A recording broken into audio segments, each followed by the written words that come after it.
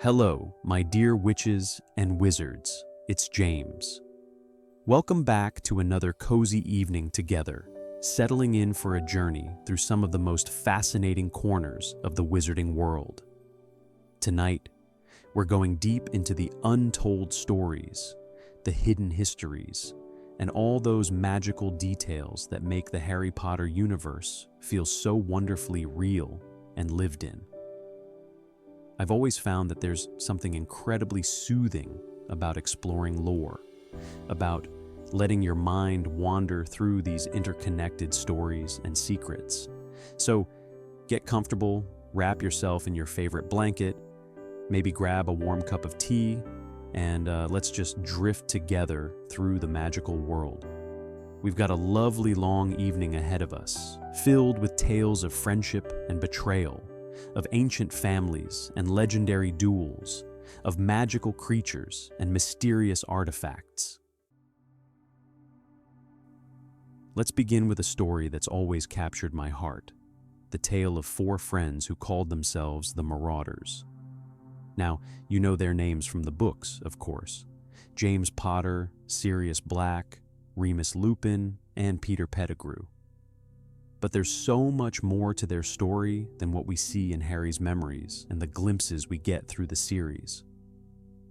These four boys met on the Hogwarts Express, probably nervous and excited like all first years, having no idea that they'd become absolutely inseparable, or that their friendship would change the course of wizarding history in ways both beautiful and tragic. James Potter, who would eventually become Harry's father, arrived at Hogwarts with all the confidence of a pureblood heir who'd been told his whole life that he was destined for greatness. He was sorted into Gryffindor naturally, and I imagine he wore that house pride like a badge of honor from day one. Sirius Black came from the ancient and noble House of Black, though he'd spend his entire time at Hogwarts rebelling against everything his family stood for. The moment the Sorting Hat placed him in Gryffindor instead of Slytherin, where every Black had gone for generations, you can just picture the silent fury back at Grimmauld Place. Then there was Remus Lupin, quiet and thoughtful, carrying a secret that must have weighed so heavily on his young shoulders. He was a werewolf, bitten as a small child by Fenrir Greyback, and he came to Hogwarts terrified that someone would discover the truth. And finally, Peter Pettigrew, who history remembers as a traitor, but who started out as just another boy looking for friendship and belonging. What's remarkable about these four is how deeply they understood loyalty, at least in the beginning. When they discovered Remus's secret, probably sometime in their second year, they didn't recoil in fear or disgust. Instead, they made a decision that would define their entire Hogwarts experience. They decided to become animagi, wizards who could transform into animals at will so they could keep Remus company during his monthly transformations. Now, becoming an animagus isn't like learning a new spell or mastering a difficult charm. It's an incredibly complex, dangerous, and lengthy process that typically takes years of dedicated work. The fact that three teenage boys managed it speaks volumes about their magical ability, but more importantly, about their devotion to their friend. The process they went through is actually fascinating when you look into the details. According to the official magical texts, becoming an animagus requires holding a single mandrake leaf in your mouth for an entire month, from full moon to full moon. Can you imagine trying to do that as a student, trying to speak in class, eat meals, sleep, all while keeping this leaf perfectly positioned in your mouth without swallowing it or letting it touch your tongue too much? One mistake, and you'd have to start all over again. Then, during the next electrical storm, you'd have to go outside and place a crystal phial containing your saliva and the leaf under the moonlight, along with a strand of your hair, and a silver teaspoon of dew from a place that hasn't seen sunlight or been touched by human feet for 7 days. You'd recite an incantation every sunrise and sunset until the next electrical storm arrives, which could take weeks or even months.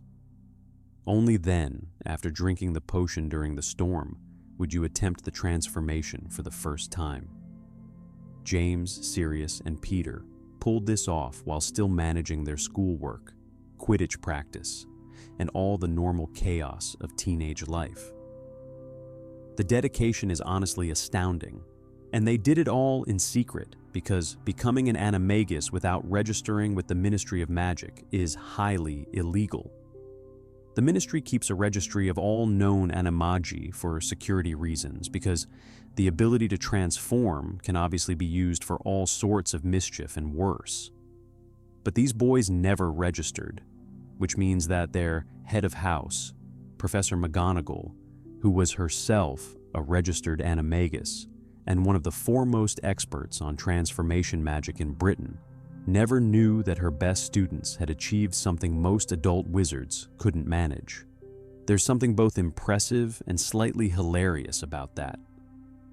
McGonagall teaching them about animagi in class while they're sitting there, already able to transform, probably exchanging secret glances and trying not to smirk. James became a stag, which earned him the nickname Prongs. It's rather fitting, isn't it? Stags are noble creatures, proud and protective, and James certainly had that quality about him, especially later in life. Sirius transformed into a large, black dog, hence Padfoot, and the fact that he could pass for a Grim, those death omens that look like spectral dogs, would later prove rather convenient when he needed to hide. Peter became a rat called Wormtail, which in hindsight feels almost too perfect given how his story ends.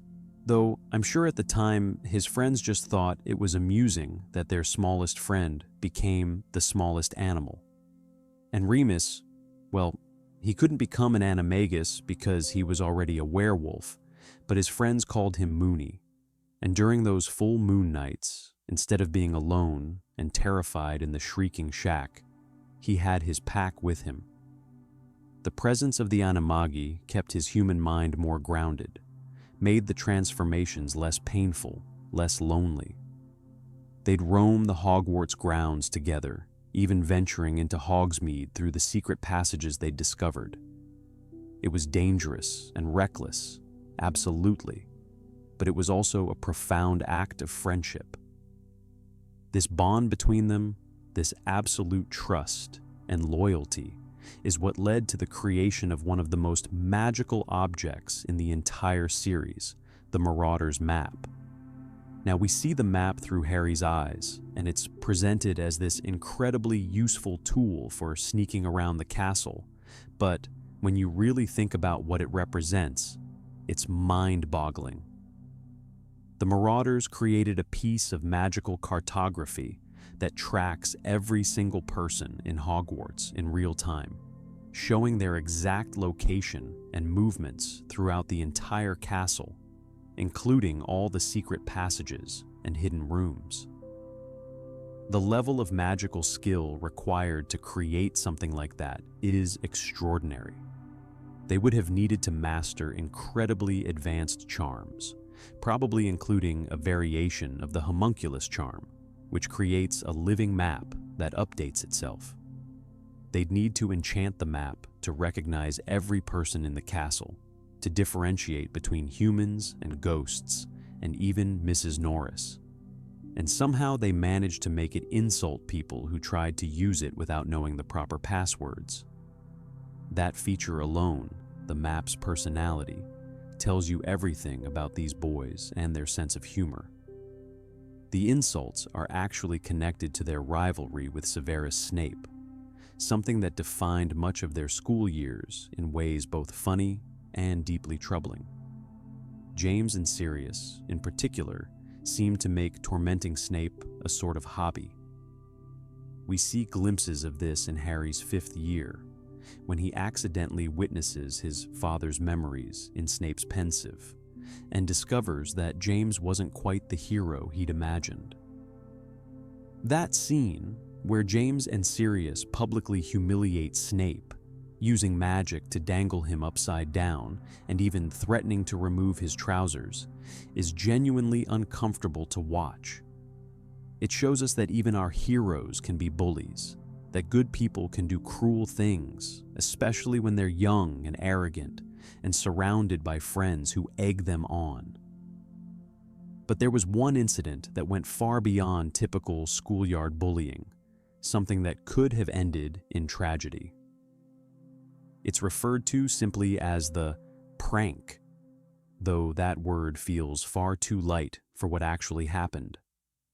Sirius, in what he probably thought was a moment of cleverness, told Snape how to get past the Whomping Willow to follow Remus into the tunnel that led to the Shrieking Shack. This was during a full moon, which means Sirius essentially sent Snape to face a fully transformed werewolf. If Snape had made it all the way through that tunnel, he would have encountered a creature that could have torn him apart.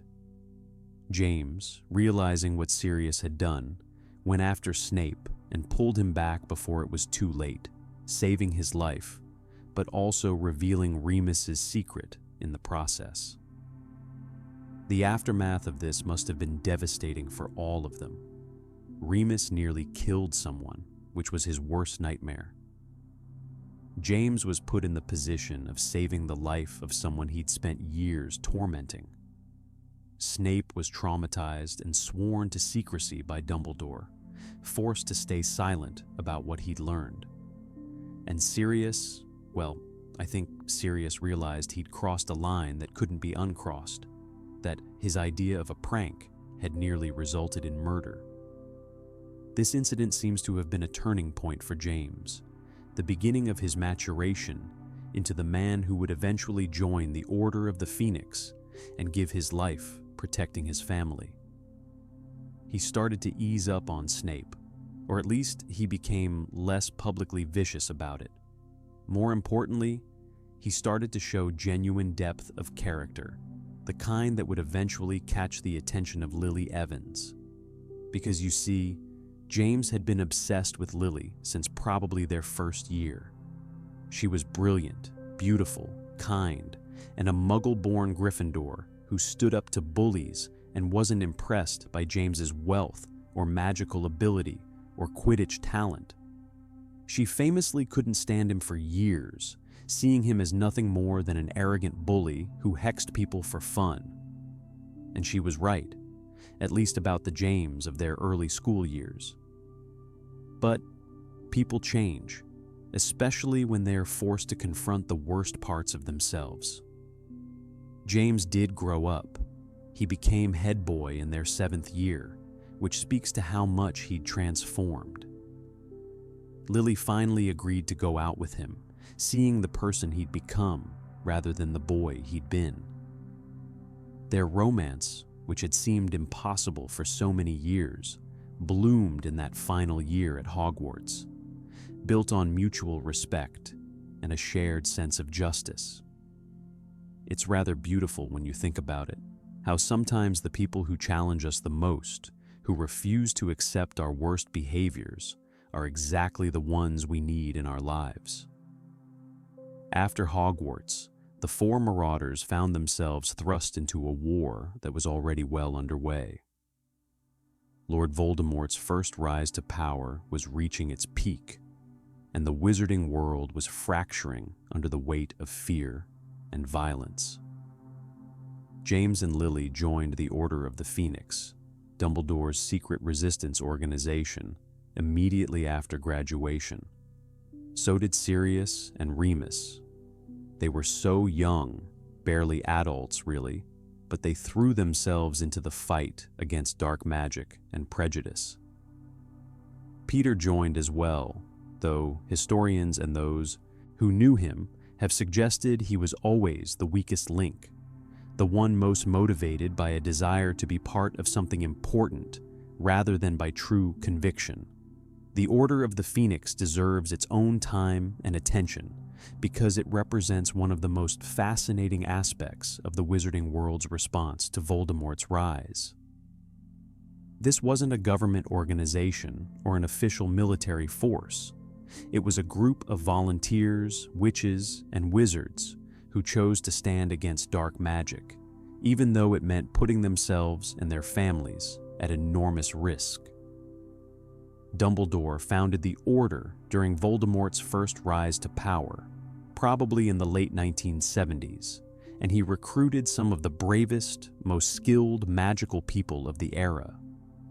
Beyond the Marauders, there were Aurors like Mad-Eye Moody, who'd already made a name for himself capturing dark wizards. There was Alastair Moody's protégés and friends. The Prewett brothers, Fabian and Gideon, who were Molly Weasley's brothers and by all accounts absolutely formidable in battle. There were entire families like the McKinnons, all of whom were eventually murdered by Death Eaters. Edgar Bones, who was Susan Bones's uncle, and his family were also hunted down and killed.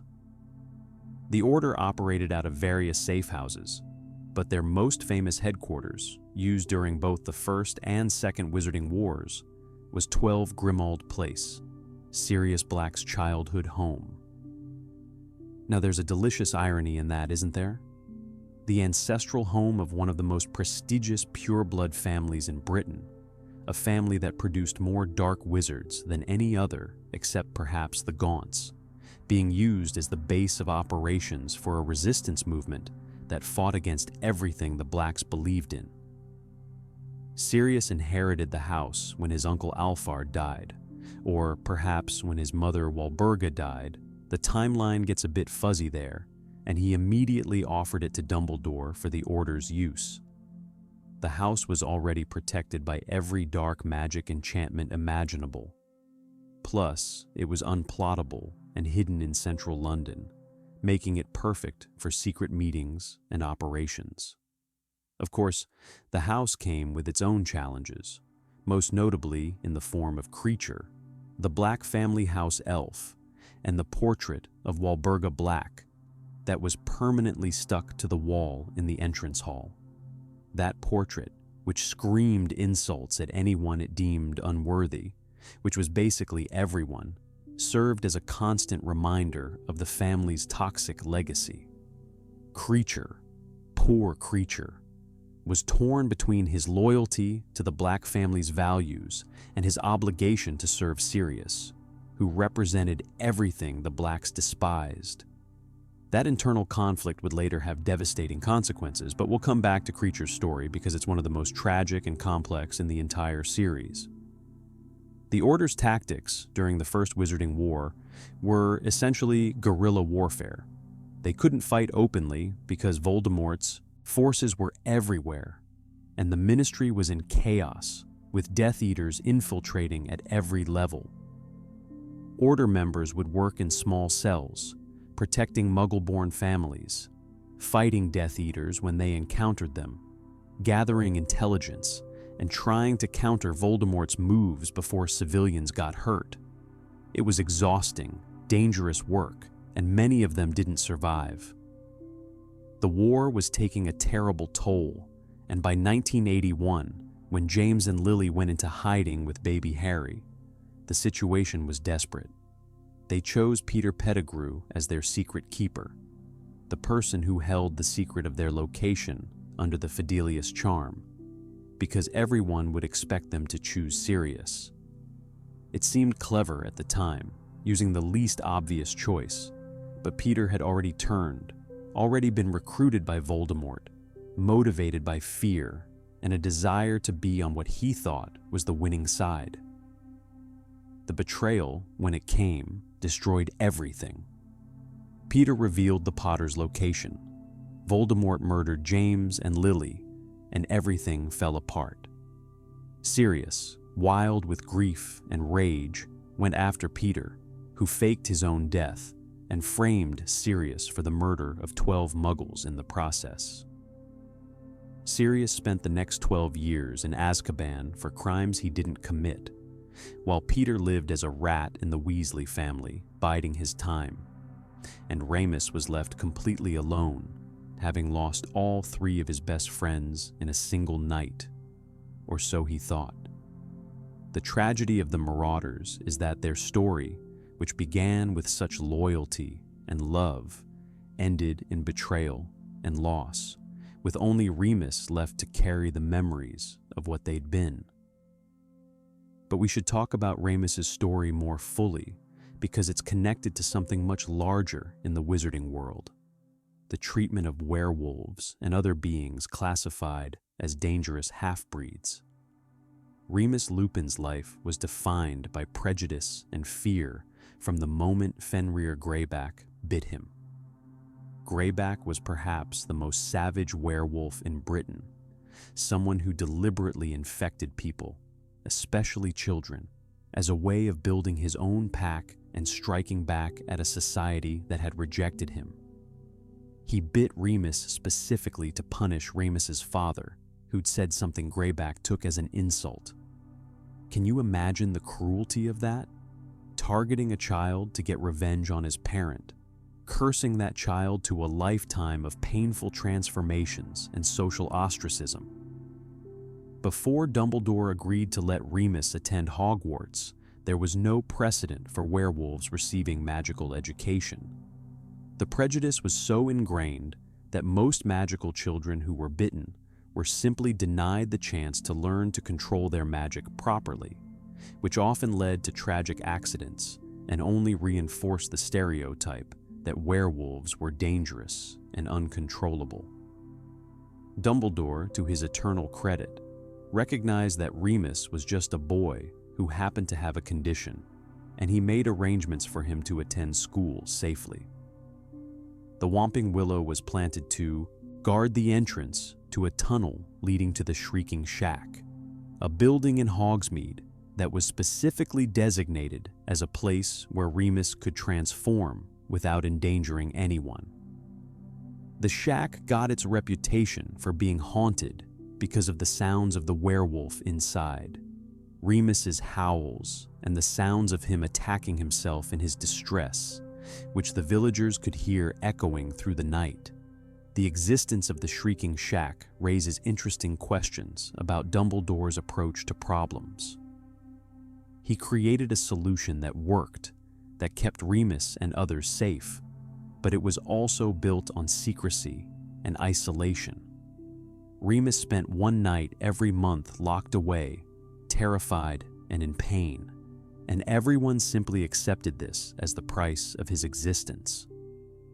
It wasn't until his friends learned the truth and became animagi to accompany him that those nights became bearable, even occasionally joyful. There's something profoundly moving about that, about the way friendship can transform suffering into something manageable, even meaningful. This brings us naturally to thinking about memory and how it shapes our understanding of the world, because so much of what we know about the Marauders and the First Wizarding War comes through memories, both preserved and distorted. Memory magic is one of the most sophisticated and delicate branches of magic in the wizarding world, and it's absolutely fascinating when you start exploring how it works. There are several different types of memory magic, each with its own applications and dangers. The most well-known are probably legilimency and occlumency, the arts of reading minds and protecting your thoughts. Legilimency isn't quite telepathy in the way Muggles imagine it. It's not about hearing someone's thoughts like a radio broadcast. Instead, it's about navigating through a person's memories and emotions, pulling out specific images and feelings, understanding their mental state. A skilled legilimens can do this subtly, without the target even realizing their mind is being read. Snape was a master of this art, which is how he survived as a double agent for so long.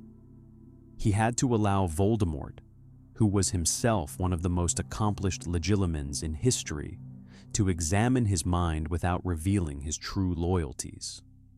The level of control that requires is extraordinary. Snape had to carefully construct which memories Voldemort could see, which emotions he could access, all while making it seem natural and unguarded. One slip, one moment of genuine feeling breaking through, and he would have been exposed and killed. Occlumency is the defensive counterpart, the practice of protecting your mind against legitimacy and external influence. It involves organizing your thoughts, suppressing emotions, creating mental barriers. When Snape tried to teach Harry occlumency in their 5th year, it was a disaster, partly because Harry was so connected to Voldemort through the piece of soul in his scar, but also because Harry couldn't master the emotional control required. Every time Snape pushed into his mind, Harry's emotions flared, his anger and fear and resentment breaking through any attempt at defense. And honestly, can you blame him? Occlumency requires you to essentially suppress your natural emotional responses, to stay calm and controlled, even when someone is invading the most private parts of your mind. For a teenager dealing with grief, rage, and possession by the most evil wizard in history, it was probably an impossible task. There's a beautiful contrast in the series with Queenie Goldstein from the Fantastic Beasts era, who was a natural legilimens. She didn't need to study or practice. She simply heard people's thoughts effortlessly. For her, it wasn't an invasion or a skill. It was just how she experienced the world, which must have been both wonderful and overwhelming. Imagine walking through a crowded street and hearing everyone's thoughts simultaneously, their fears and desires and secret judgments. It would be like living in a constant cacophony of voices. Then we have the pensieve, which is one of my favorite magical objects in the entire series. A pensieve allows a witch or wizard to extract their own memories, actual silvery strands of thought pulled directly from their temple with a wand, and store them in a basin for later viewing. But it's more than just magical storage. When you enter a memory in a pensieve, you're not watching it on a screen, you're actually there, walking through the scene, able to see details and perspectives that the original person might not have noticed. This is how Harry witnesses his father bullying Snape, seeing the scene from multiple angles, hearing conversations his father wasn't part of. It's also how Dumbledore shares his collected knowledge about Voldemort's past, allowing Harry to understand Tom Riddle's transformation into Lord Voldemort. The pensieve raises fascinating philosophical questions about the nature of memory itself. In the Muggle world, we know that memories are fallible, that they change and distort over time, influenced by our emotions and biases and subsequent experiences. But pensieve memories seem to be objective records of events, unchanging and complete. Or are they? Because we also learn that memories can be tampered with, modified, even completely falsified. Horace Slughorn demonstrates this when Harry first retrieves his memory about Tom Riddle and Horcruxes. The memory has been crudely altered, with Slughorn's face obscured and his words changed. It's like watching a video where someone has poorly edited out incriminating footage. With Dumbledore's gentle persistence, Harry eventually convinces Slughorn to provide the real memory, and the difference is stark. The true memory shows Slughorn's shame and horror at having told young Tom Riddle about Horcruxes, at having contributed, however unknowingly, to Voldemort's path to immortality.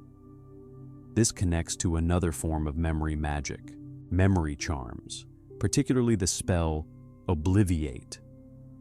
This is the charm that modifies or erases memories entirely, and it's used far more commonly than you might think.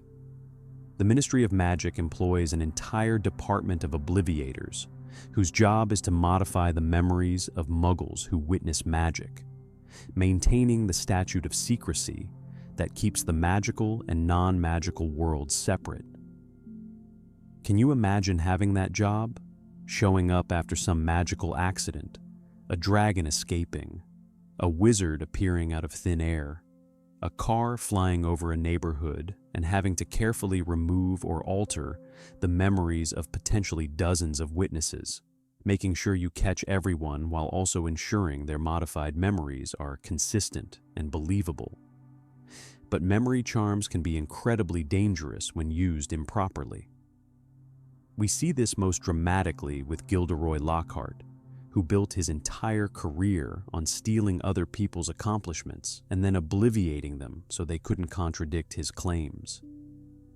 He was apparently quite skilled at memory modification, able to construct false memories that felt real to his victims. But when he tried to use a broken wand to erase Harry and Ron's memories in the Chamber of Secrets, the spell backfired spectacularly, and Lockhart lost all his memories, his entire sense of identity. Years later, when Harry and his friends visit St. Mungo's hospital, Lockhart is still there, permanently damaged, friendly, and pleasant, but with no idea who he is or who he was. It's a sobering reminder that memory is fundamental to identity, and that messing with it can have devastating, irreversible consequences. We see another victim of excessive memory modification in Bertha Jorkins, a witch who worked for the ministry and had the misfortune of discovering that Peter Pettigrew was still alive and hiding with the Crouch family. Barty Crouch Sr. modified her memory to hide this secret, but he did it so powerfully, layering charm upon charm, that it damaged her mind, leaving her confused and forgetful. When Voldemort later captured her and broke through those memory modifications to extract the information he needed, the process destroyed what was left of her mind, and he killed her. Her story is tragic and often overlooked, but it illustrates the ethical nightmare of memory modification. Even when done with good intentions, forcibly altering someone's mind is a profound violation, and when done carelessly or excessively, it can destroy a person. There's one more aspect of memory magic that we should discuss, and it's perhaps the darkest. Dementors, those soul-sucking creatures that guard Azkaban, have a terrible relationship with memory. They force you to relive your worst memories, your most traumatic moments, over and over again. When a Dementor is near, you're plunged back into the worst day of your life, experiencing it not as a memory, but as if it's happening again in the present moment. For Harry, this means reliving his mother's murder, hearing her screams, feeling his helpless infant terror. For others, it might be different traumas, different losses, but the effect is the same. The Dementor feeds on your happiness, draining it away, leaving only despair. The connection between Dementors and depression is something that J.K. Rowling has discussed openly. She based Dementors on her own experience with depression, that feeling of being drained of all hope and joy, of being unable to remember that happiness is even possible. The way Harry learns to fight Dementors, by conjuring a Patronus using his happiest memories, is essentially a metaphor for fighting depression by holding on to the things that give life meaning and joy. It's one of the most powerful pieces of magic in the series, not because it's destructive or flashy, but because it's protective and affirming. The Patronus charm requires you to focus on pure happiness, on love and joy, and to use those feelings to create a shield against despair. The fact that this is considered incredibly advanced magic, that most adult wizards can't produce a corporeal Patronus, tells you something about how difficult it is to hold on to happiness in a dark world. Speaking of dark worlds and the fight against them, we should turn our attention to the families that have shaped wizarding history, particularly those that were drawn into Voldemort's orbit, whether as allies or enemies. The Black family is perhaps the most fascinating of all the pureblood dynasties, and certainly one of the most tragic. The Blacks trace their lineage back centuries, and they were absolutely obsessed with blood purity, with the idea that magical blood should never be contaminated by Muggle blood.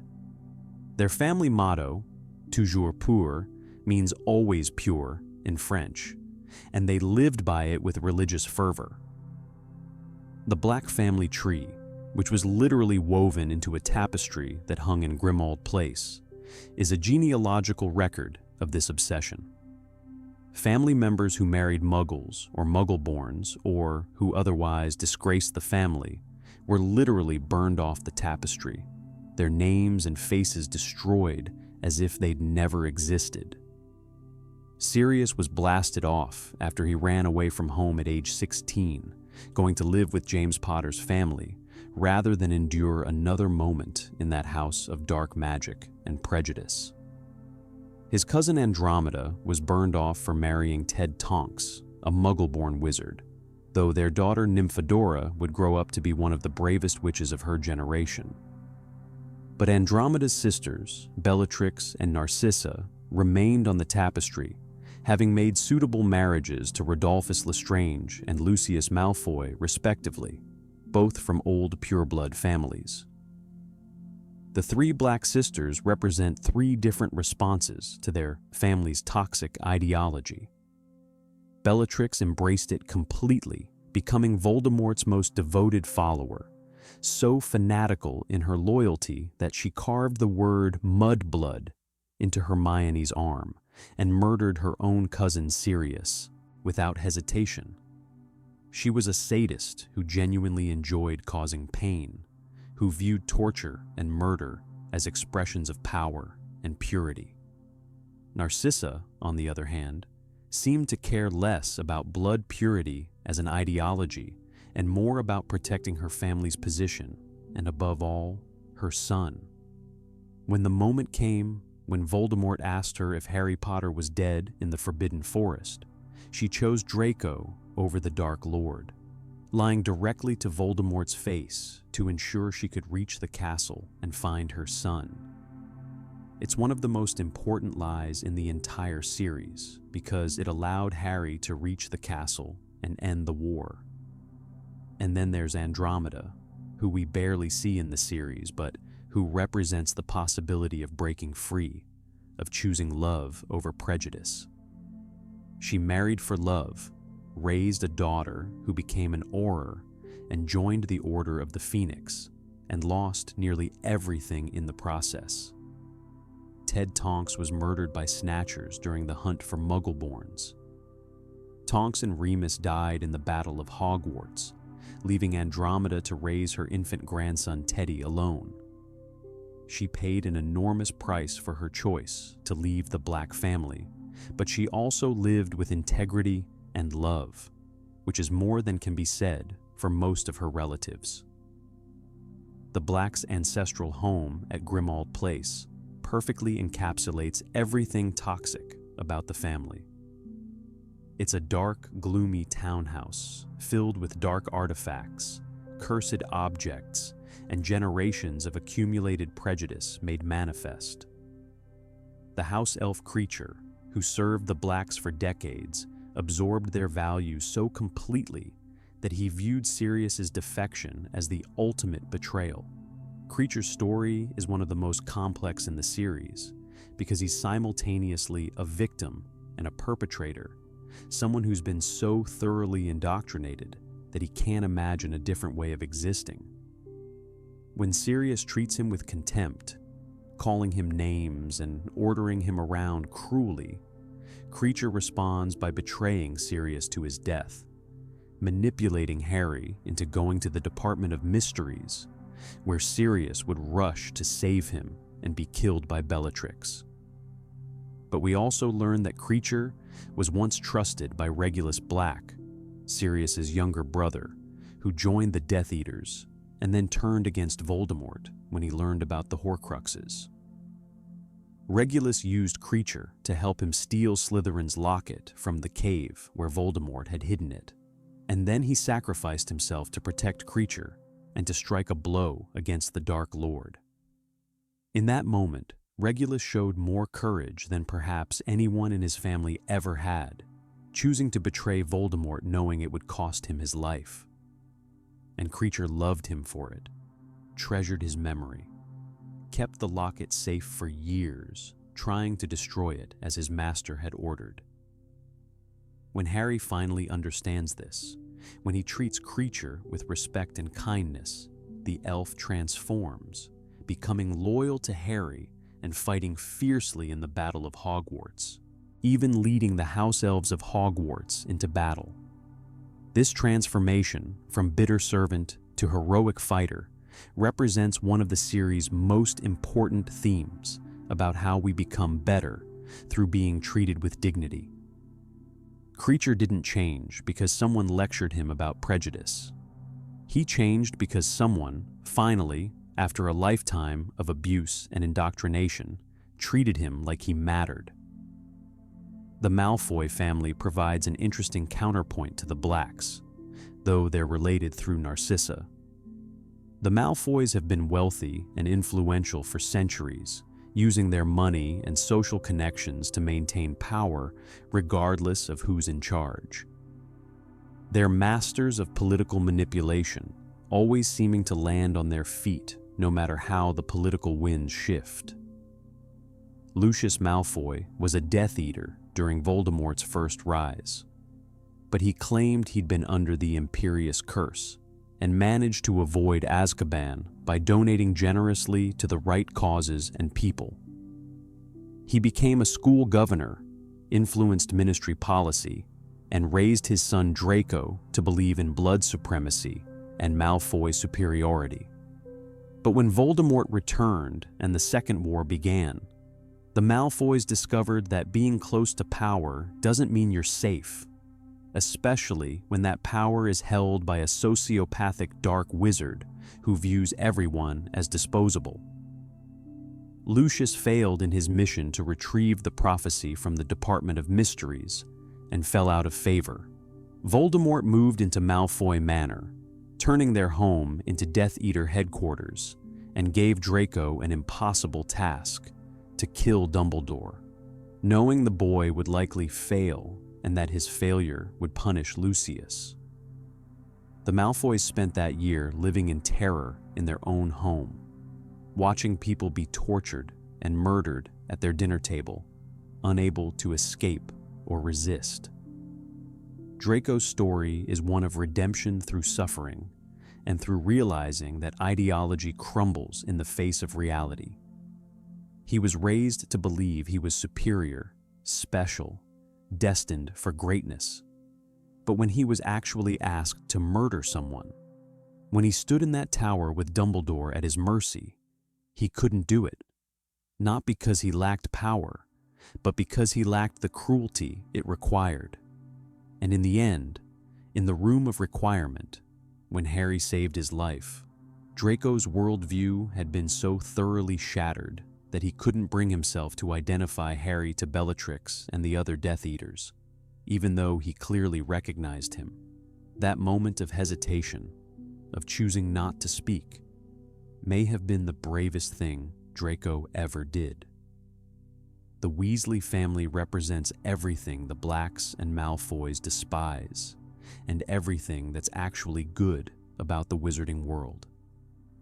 They're blood traitors, pure bloods who don't care about blood purity, who treat Muggleborns as equals and even marry them. Arthur Weasley works a boring job at the Ministry for very little money, not because he lacks ambition, but because he's genuinely fascinated by Muggles and wants to help protect them. Molly raises 7 children in a cramped but loving home, the Burrow, where everyone is welcome and there's always room for one more at the table. Each of the Weasley children chose their own path, and isn't that rather wonderful? Bill became a curse breaker for Gringotts, working in Egypt, and married a part Vila woman, Fleur Delacour, who everyone thought was too beautiful for him, but who proved herself brave and loyal.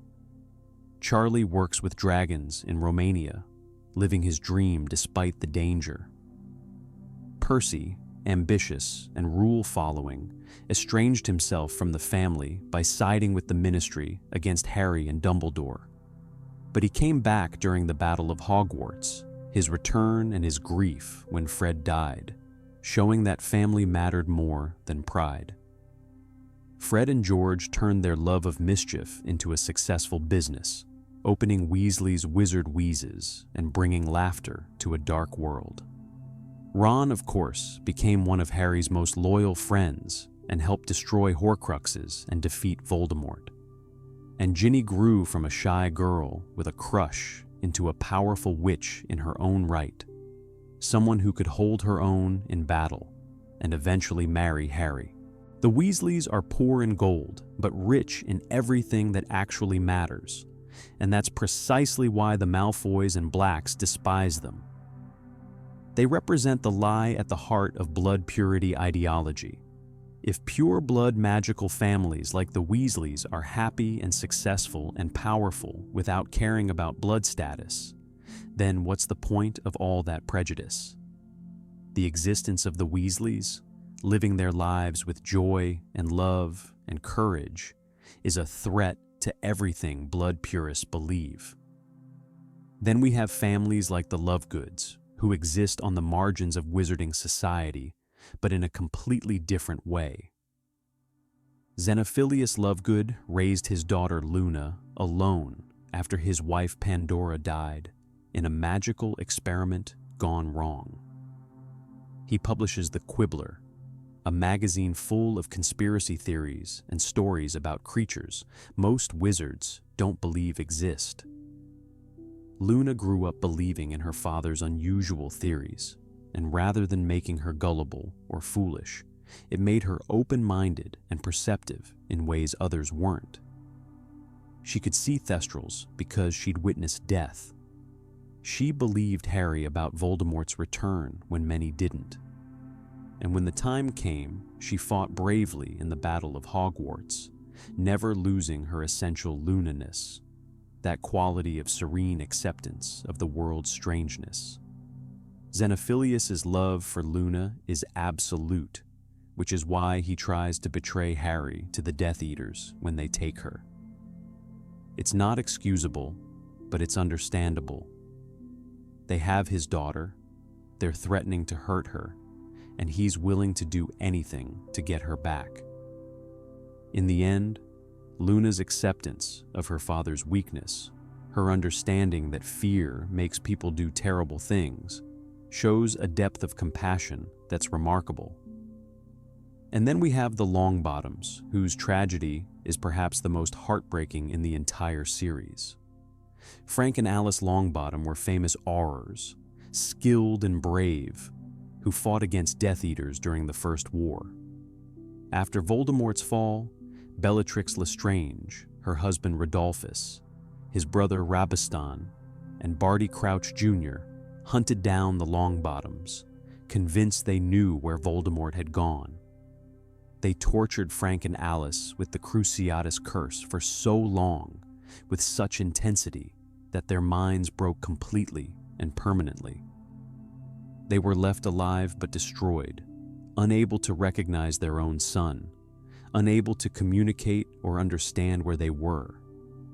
Neville grew up visiting his parents in St. Mungo's Hospital, knowing they were alive but gone, which in some ways is worse than death. Death offers closure, grief, eventually healing. But this living loss, this permanent almost, must have been agonizing.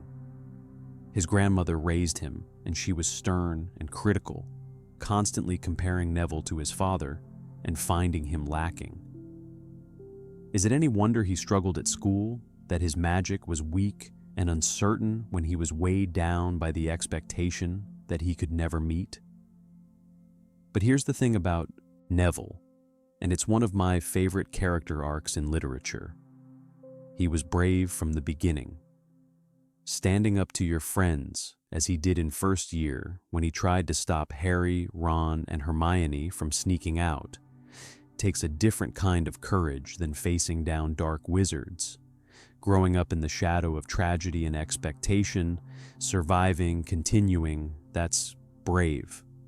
And by the seventh book, Neville is leading the resistance at Hogwarts, standing up to the Carrows, pulling the sword of Gryffindor from the Sorting Hat, and killing Nagini, Voldemort's final Horcrux. The boy who could barely perform magic in first year became one of the heroes who saved the wizarding world.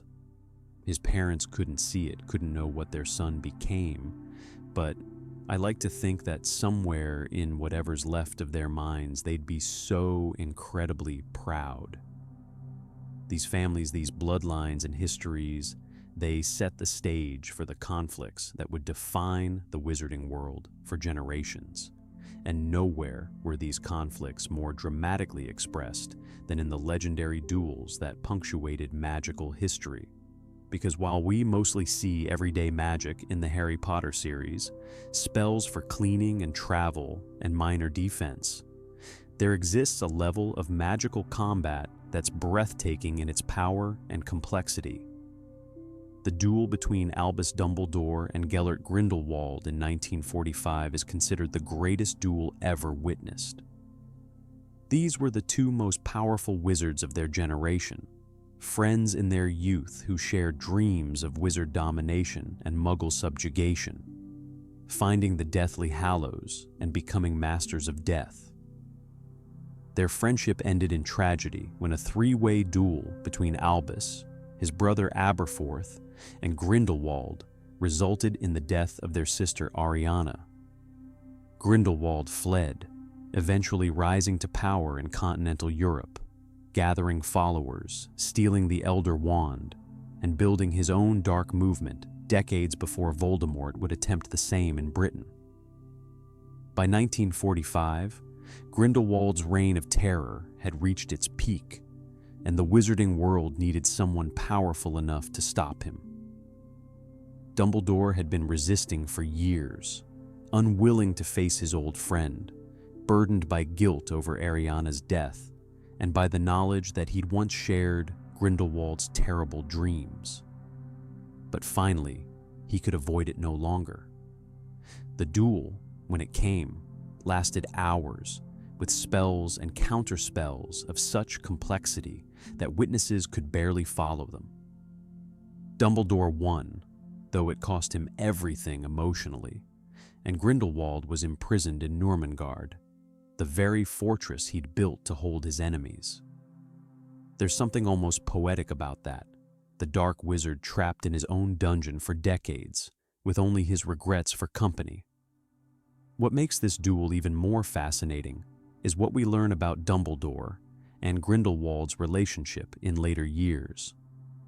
When Voldemort comes to Normangard to interrogate Grindelwald about the Elder Wand, the old man refuses to give up Dumbledore's secrets, essentially choosing death rather than betray the man who defeated him. Whether this was remorse, love, or simply defiance, we'll never know, but it adds layers of complexity to their story that go beyond simple good versus evil. Decades later, we witness another legendary duel, this time between Dumbledore and Voldemort in the Ministry of Magic's atrium.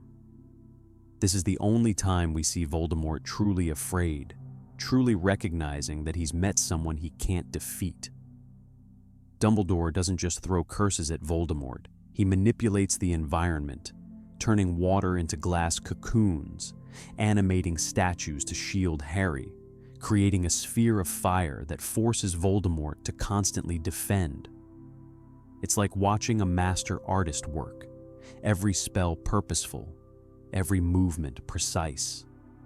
And when Voldemort tries to possess Harry, hoping to force Dumbledore to kill the boy to destroy him, Dumbledore remains calm, knowing that Harry's capacity for love will drive Voldemort out. It does, and Voldemort flees, witnessed by Ministry officials who can no longer deny his return. That duel changed everything, forcing the Ministry to acknowledge the truth and prepare for war. But it also revealed something important about Dumbledore's philosophy of magic. He doesn't fight like Voldemort does, with overwhelming destructive force. He fights with precision and creativity, with an understanding of magic's deeper principles.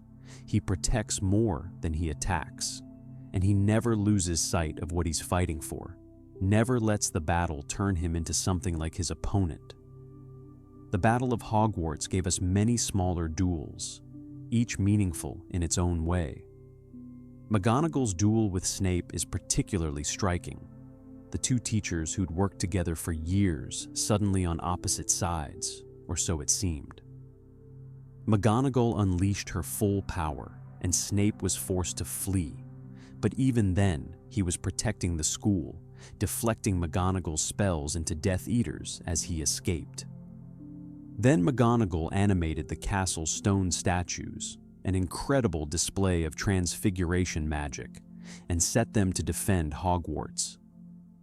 "I've always wanted to use that spell," she exclaimed, and there's something wonderful about that moment of joy in the middle of a battle. Molly Weasley's duel with Bellatrix is iconic for good reason. When Bellatrix nearly kills Ginny, Molly snaps, stepping forward with a roar and engaging Bellatrix in a duel that ends with the Death Eater's death. This is a middle-aged mother who spent the series cooking and cleaning and worrying about her children. And suddenly, she's revealed to be absolutely deadly when her family is threatened. It's a reminder that power in the wizarding world doesn't always look like you'd expect, that someone who seems gentle and domestic can still be fierce and formidable when necessary. And of course, there's Harry's final confrontation with Voldemort, which is less a duel and more a conversation followed by a single exchange of spells. Harry explains everything, offering Voldemort a chance at remorse even then, and Voldemort refuses, choosing to cast Avada Kedavra at the boy who's destroyed all his Horcruxes. Harry casts Expelliarmus, a simple disarming charm, and because he's the true master of the Elder Wand, the killing curse rebounds on Voldemort, destroying him once and for all. There's something profoundly satisfying about the fact that Harry defeats the darkest wizard in history, not with a powerful offensive spell, but with a defensive one, with a spell about removing weapons rather than wielding them. These duels, these moments of magical combat, they reveal character as much as skill. How a wizard fights tells you who they are. Voldemort fights with overwhelming power and cruelty. Dumbledore fights with creativity and protection. Molly fights with a mother's fury, and Harry fights with the simple conviction that he'd rather die than kill, that even his worst enemy deserves a chance at redemption. The magical world is full of powerful objects as well, artifacts that have shaped history in their own ways. The Deathly Hallows are perhaps the most famous, 3 objects supposedly created by Death himself, though Dumbledore believed they were actually made by the Peverell brothers, 3 skilled wizard inventors.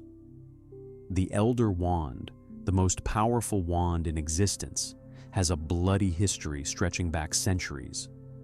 Wizard after wizard killed to claim it, each believing that possessing it would make them invincible, never understanding that the wand's power came with a terrible price. You had to defeat its previous master to truly win its allegiance, which meant that owning the Elder Wand painted a target on your back for every ambitious dark wizard who knew of its existence. The wand passed from Antioch Peverell, who was murdered in his sleep for it, through dozens of hands over the centuries. Gregorovitch the Wandmaker possessed it for a time, until a young Grindelwald broke into his workshop and stole it. Grindelwald used it to terrorize Europe until Dumbledore defeated him and claimed it. Dumbledore carried the wand for decades, becoming perhaps its greatest master, but he never sought to use it for domination. When he died, The wand's allegiance should have died with him, since he'd planned his own death with Snape. But Draco Malfoy had disarmed Dumbledore shortly before Snape killed him, which meant Draco became the wand's master without even knowing it. And then Harry disarmed Draco at Malfoy Manor, which meant Harry became the wand's true master, though he was using Draco's Hawthorn wand at the time, and the Elder Wand was buried with Dumbledore. The complexity of wand allegiance, the way the Elder Wand tracked its master through indirect defeat, shows how sophisticated magical objects can be. They're not just tools, they have their own logic, their own way of understanding loyalty and power. When Harry finally possessed the Elder Wand after defeating Voldemort, he made the choice that no previous master had made. He didn't use it. He repaired his own broken Holly Wand with it, and then he returned it to Dumbledore's tomb, hoping that if he died a natural death, undefeated, the wand's power would be broken forever. Whether this actually works is left ambiguous, but the choice itself represents Harry's understanding of power, that true strength comes from knowing when not to use power. The Resurrection Stone, the second Deathly Hallow, was embedded in Marvolo Gaunt's ring, which Voldemort turned into a Horcrux without realizing what the stone was.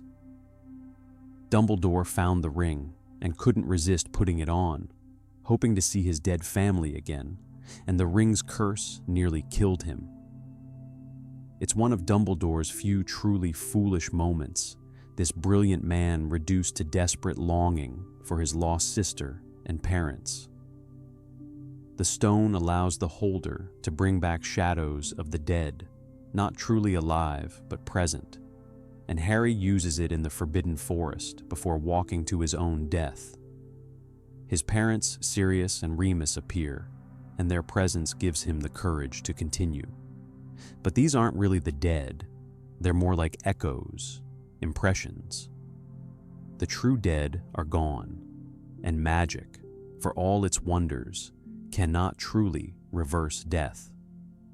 The cloak of invisibility, passed down through the Potter line from Ignotus Peverell, is the only hallow that doesn't corrupt its owner, because it's not about power or bringing back what's lost. It's simply about hiding, about protection. James Potter used it for mischief at school. Harry uses it for sneaking around, but also for survival, for protecting himself and his friends. It's telling that this is the hallow Harry chooses to keep, the one that represents safety rather than dominance. Beyond the hallows, the wizarding world is full of other powerful objects. The Goblet of Fire is an ancient artifact, centuries old, designed to create an unbreakable magical contract. The Sorting Hat once belonged to Godric Gryffindor and was enchanted by all four founders to continue their work long after they were gone, reading students' minds and assigning them to houses. The hat can also produce objects from its depths, most famously pulling the Sword of Gryffindor out for Harry when he needed it most. The sword itself is goblin-made, which means it doesn't tarnish and it absorbs what makes it stronger, which is how it becomes impregnated with basilisk venom and capable of destroying Horcruxes. The Mirror of Erised, whose name is Desire spelled backward, shows the viewer their deepest, most desperate wish. For Harry, orphaned and alone, it shows his family. For Ron, overshadowed by his brothers, it shows himself as head boy and Quidditch champion, distinguished in his own right. Dumbledore claims he sees himself holding a pair of thick woolen socks, but we learn much later that he probably saw his family whole and alive, Ariana restored, the tragedy of his youth undone. The mirror is dangerous because people can waste away in front of it, staring at visions of what they want but can never have, forgetting to live their actual lives. Dumbledore's Deluminator, the put-outer he uses in the very first chapter of the first book, turns out to be much more than a tool for manipulating light. When Ron leaves Harry and Hermione in a moment of anger and fear during the Horcrux hunt, the Deluminator somehow allows him to find his way back, following Hermione's voice through the darkness. It's as if Dumbledore knew Ron would need help returning, that he'd need a way back after making a mistake. The Deluminator represents Dumbledore's understanding of human weakness and his compassion for it, his belief in second chances. Dangerous artifacts abound as well. The Hand of Glory, which Draco purchases from Borgin and Burks, gives light only to the holder, useful for sneaking around. Cursed necklaces and cursed jewelry have killed or injured countless wizards over the centuries. The diary that Lucius Malfoy slipped into Ginny Weasley's cauldron was Tom Riddle's first Horcrux, containing a piece of his soul and capable of possessing whoever wrote in it. The diary represents Voldemort's arrogance and his belief in his own immortality, but it also shows his skill, the complexity of magic required to split one's soul and bind it to an object.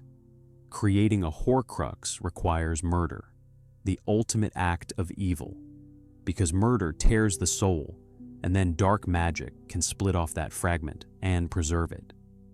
The other Horcruxes, Slytherin's locket, Hufflepuff's cup, Ravenclaw's diadem, Nagini the snake, and Harry himself, each tell their own story of Voldemort's path to darkness and his ultimate defeat. He chose objects of significance, things tied to Hogwarts and its founders, because he wanted to bind himself to the school that had been his first real home. But in doing so, he made himself vulnerable, creating anchors that could be found and destroyed. Ravenclaw's diadem was lost for centuries, hidden in the room of requirement where thousands of students had concealed things they didn't want found. The room became a warehouse of secrets, and somewhere in that vast space, Voldemort hid what he thought was safe forever. But Harry remembered Tom Riddle's arrogance, his belief that only he had discovered Hogwarts' secrets, and he found the diadem in the place where Voldemort had hidden it decades earlier. The Department of Mysteries in the Ministry of Magic is full of objects and phenomena that wizards study but don't fully understand. There's a locked room that even the unspeakables, the secretive researchers who work there, cannot open, and it's heavily implied that this room contains the power of love, something so fundamental and mysterious that even magic cannot fully comprehend it. The time room held all of Britain's time turners, devices that could literally turn back time until they were all destroyed in the battle between the Death Eaters and the Order. The Death Chamber contains the Veil, an archway with a tattered curtain that whispers with the voices of the dead. Sirius falls through it and is gone, and we never learn exactly what it is or where it leads, only that those who pass through don't return. These mysteries, these unanswered questions, they make the wizarding world feel real and vast. Not everything is explained. Some things remain unknown, perhaps unknowable. What happened to Fluffy after the Sorcerer's Stone business? Presumably, Hagrid sent him back to Greece, to wherever he came from, but we never see this. Did Winky ever recover from her depression and alcoholism after being freed by Crouch? We don't know. What's the full story of Dumbledore and Grindelwald's relationship? All the letters they exchanged, all the plans they made.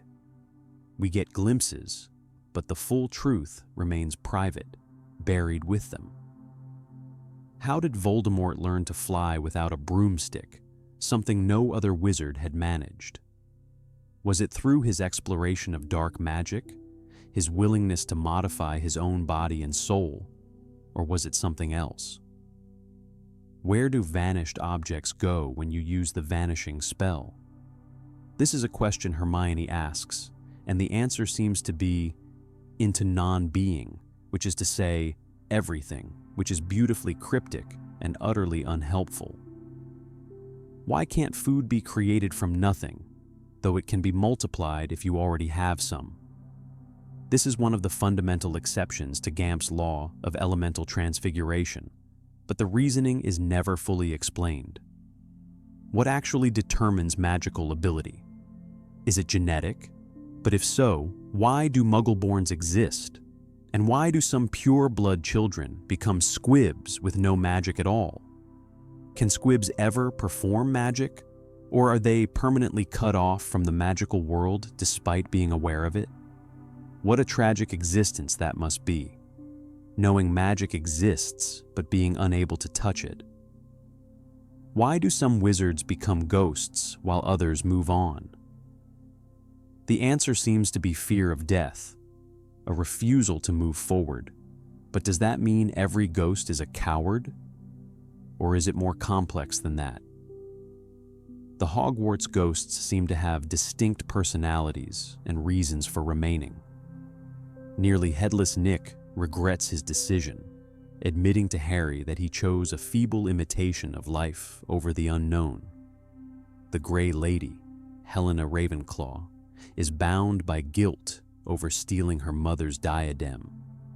The Bloody Baron is tied to Hogwarts by his love for Helena and his horror at having killed her.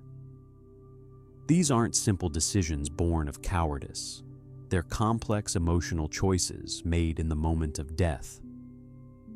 The prophecies in the Department of Mysteries raise their own questions. Are prophecies predetermined fate, or do they simply reflect one possible future that becomes reality because people believe in them and act accordingly? If Voldemort had never heard the prophecy about Harry, would Harry have become the chosen one anyway? Or would Neville have stepped into that role? Or would neither boy have been necessary because Voldemort wouldn't have attacked the Potters and created his own worst enemy? Dumbledore seems to believe that prophecies only have power because people give them power, that the real choice is in how we respond to knowledge of the future. And then there's Dumbledore himself, perhaps the biggest mystery of all. How much did he know, and when did he know it? Did he plan everything from the beginning, from the moment he left Harry on the Dursleys' doorstep? Or was he improvising, responding to events as they unfolded? His conversation with Harry in the King's Cross limbo suggests he knew more than he let on, that he'd been guiding Harry toward a sacrifice he knew was necessary. But he also admits to mistakes, to not trusting Harry with information soon enough, to letting his own fears and desires cloud his judgment. The King's Cross scene itself is deeply ambiguous. Is it real, or is it happening inside Harry's head? Dumbledore's response: "Of course it is happening inside your head, Harry, but why on earth should that mean that it is not real, is perfect, because it refuses to reduce the experience to either purely physical or purely imaginary." Magic in the Harry Potter universe doesn't obey Muggle logic, and the boundary between thought and reality is more permeable than we're used to. As we drift toward the end of our journey tonight, I find myself thinking about how all these stories, all these families and duels and magical objects and mysteries, they weave together into something larger than any individual part. The Marauder's friendship shapes Harry's life before he's even born. The Black family's prejudice creates Sirius and Creature and the space where the Order fights back. The Malfoys' ambition and eventual redemption show that even those raised in darkness can choose differently. The duels between great wizards determine the fate of their world. The Deathly Hallows tempt and test those who seek them, and the choice to reject power proves more powerful than claiming it. What makes the Harry Potter universe so endlessly fascinating is that it feels lived in, full of history and consequence, where actions echo through generations and choices matter. It's a world where love is the most powerful magic, where friendship can sustain you through darkness, where even flawed, frightened people can be brave when it matters most. It's a world where the mundane and the magical exist side by side, where you might take a train from a secret platform to a school that teaches you to turn teacups into tortoises, where paintings talk back and staircases move and tiny balls of light called rememberalls turn red when you've forgotten something, though maddeningly they won't tell you what. It's a world where a boy who lived in a cupboard under the stairs discovered he was famous, where that fame became a burden and a responsibility, but where he also found family and friendship and a place to belong, where he learned that defeating evil doesn't require being powerful or perfect, just being willing to stand up, to choose love over fear, to walk into the forest knowing you might not walk out, because protecting others matters more than protecting yourself. We've wandered through so much tonight, from the marauders creating magical maps in their school days, to the great battles that shook the wizarding world, from ancient families clinging to prejudice to new families built on choice and love, from mysterious magical artifacts to questions that may never be answered. And through it all, there's this thread of hope, this insistence that the world can be better, that people can change, that even in the darkest times, there's light to be found if you're brave enough to carry it. So as you drift off tonight, imagine yourself at Hogwarts, sitting by the fire in your common room, warm and safe, while the castle settles around you. The portraits are dozing in their frames. The ghosts are drifting through distant corridors, and somewhere Peeves is probably planning tomorrow's mayhem. The house elves are cleaning the great hall. Hagrid is checking on the creatures in the forbidden forest, and the stars are bright above the astronomy tower. The room of requirement is waiting for someone to need it. The Marauder's map shows empty corridors and sleeping students, and in Dumbledore's office, or McGonagall's now, the portraits of former headmasters watch over the school they loved. You're part of this world tonight, safe in its magic, surrounded by centuries of stories and secrets. Let them carry you gently into sleep, these tales of bravery and friendship, of magic and mystery, of a world where anything is possible if you're brave enough to believe in it. Rest well, dear witches and wizards. The magic will still be here when you wake. Sweet dreams and mischief managed.